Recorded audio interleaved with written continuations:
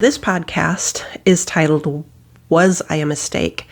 And then I go on to say how this is not possible, and I'll explain why. So it's kind of an extension of the last video that I made that explains that we are who God says we are and not who other people label us to be. But what if we believe that we were a mistake? What if I was conceived out of a premarital relationship, out of a cheating relationship, rape, incest, any unpleasant situation that would surround the conception? And what if it was more of a common reason, though? What if I was conceived when finances were tight, when my parents thought they were done, if the children were spaced too close together and mom was completely wiped out, if parents were going through a divorce, if it was just a tough time to have a baby and to add a baby to the family for various reasons. So yeah, if you're one of those people who believes that you were a mistake for whatever reason, you can just put that thought to rest once and for all. Because in the Bible, in Jeremiah 1:5, it says, "Before I formed you in the womb, I knew you. Before you were born, I set you apart." So God says right there, before I formed you in the womb. The last video gave a bunch of examples from Scripture, but I'm just going to go by this one because it is so powerful, and I don't think it needs more even than that.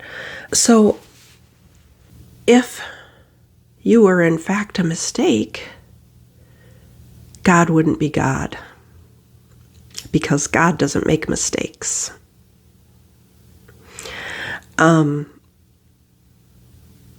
In all the other situations that I spoke of, we are honestly just participants in procreation, in the conception. We're participants, God has already predestined, our lives to be.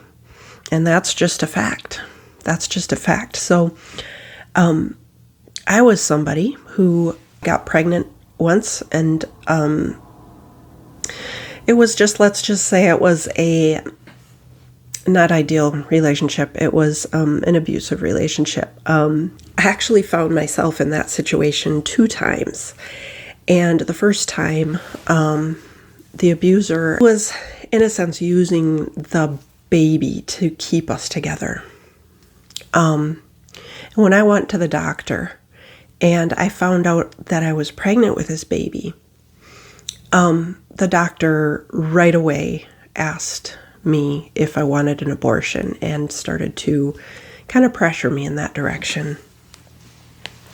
Well, since I have been a little girl, I have loved babies so, so dearly. As I got older, that didn't change. And so there was no way in my mind that, I was going to abort this baby. That wasn't even a possibility at all for me. But in my second pregnancy, so the first one ended up in miscarriage. A few years down the road, I became pregnant again in a tough relationship. And this baby, I also was presented with the idea of an abortion, and actually by the father. The father was really pushing that. So I ended up leaving him and raised the baby by myself. And I tell you, though, that I was so scared to tell my parents about this and getting pregnant a second time and everything. And I was so scared to tell them that that there, for a split second, I didn't entertain abortion, but for a split second, I wished that I were the type of person that would want an abortion. But as quickly as I thought of that, I just pushed that out of my mind.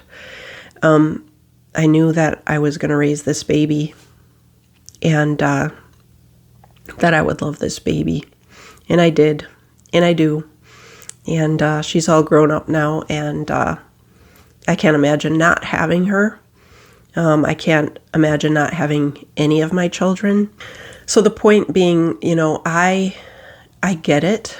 I get it when women are under pressure. I get it when women are under so much pressure and so scared. I understand that because I understand the world, and I see the world, and I see the pressure, and I see how the baby in the womb is minimized and stuff. But no matter how much that happens, no matter what the mother does, no matter how a baby is conceived, that baby was always wanted by God.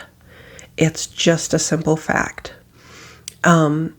So I've had people tell me like they thought they were a mistake, and I could see the pain in their hearts, the pain that they've been carrying for many, many years. And that has to be such a burden. Even having somebody straight out tell you, I have heard parents straight out joke about it and tell their children that they were a mistake.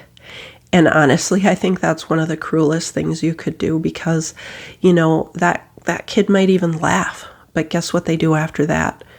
It starts to go through their mind over and over, and then they start to question, was I a mistake? You know, the devil's going to sit here and play that through their mind over and over again, because he doesn't value life.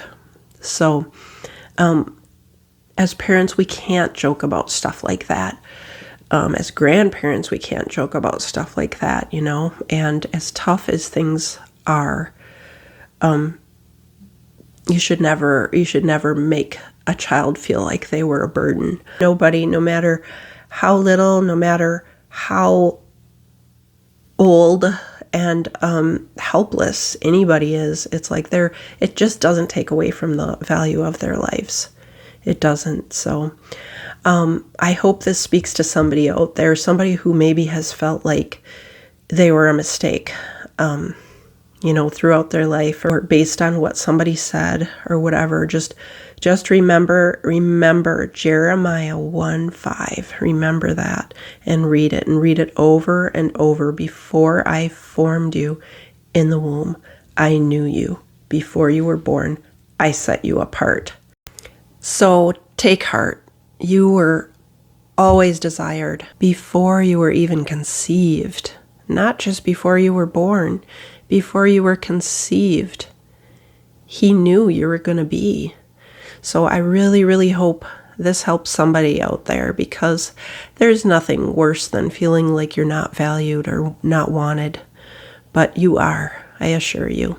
So, yeah, if this spoke to you at all, please like my channel, subscribe to my channel, and hit the bell button if you want to see more of my videos.